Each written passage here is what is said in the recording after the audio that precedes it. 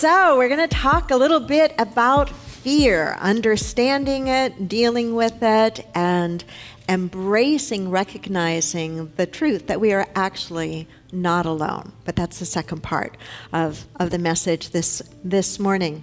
Do any of you still deal at all with feelings of fear? If you do, either raise your hand or, oh, that's a lot of us. Okay, I do too. And we want to take a look at how do we understand that better and how do we deal with it better.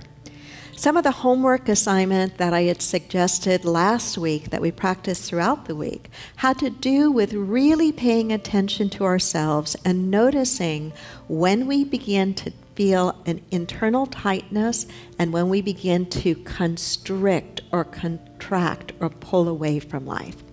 Because when we have that response or that reaction, we have it for a reason.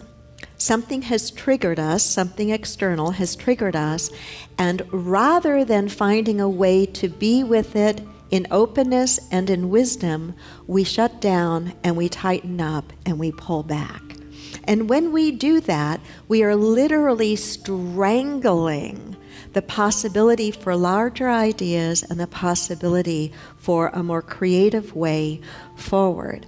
If there's only one idea that you walk away with this morning, this is the idea that I'd like to suggest you walk away with. It's right from the book. Fear is always happening within a greater space in you that is not afraid. Take that in for a moment.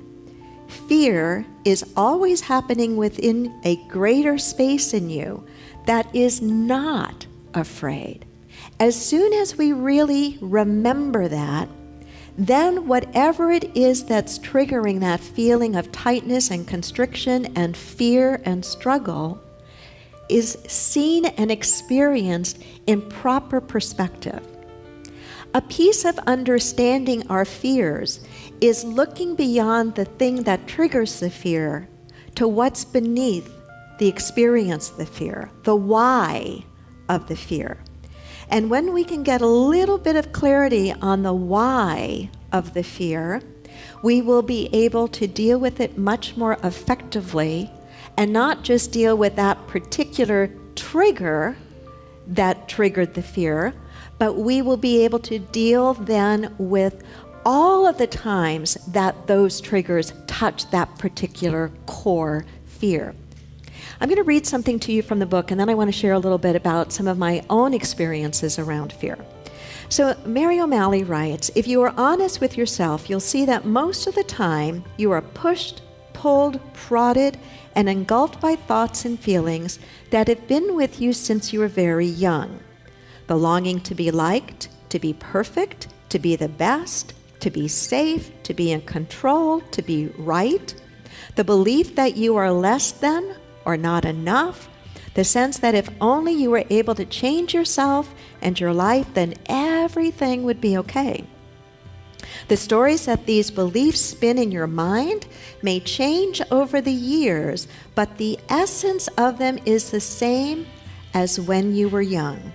So if you look very closely at what goes through your mind all day long, you will see that the self-image you crawled into as a child is still alive and active inside of you.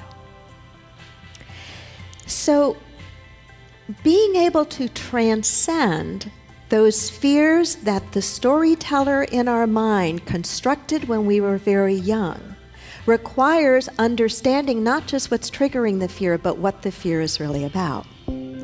Thanks for listening. The Unity Center, transforming lives and healing our world. Check us out Sundays at 9 and 11. Many people enjoy Reverend Wendy's talks and meditations and aren't able to attend the Unity Center in person. If you're part of our extended family from around the world and would like to help support the Unity Center, please go to our website or download our free app, which offers even more ways to connect with the Unity Center. Namaste.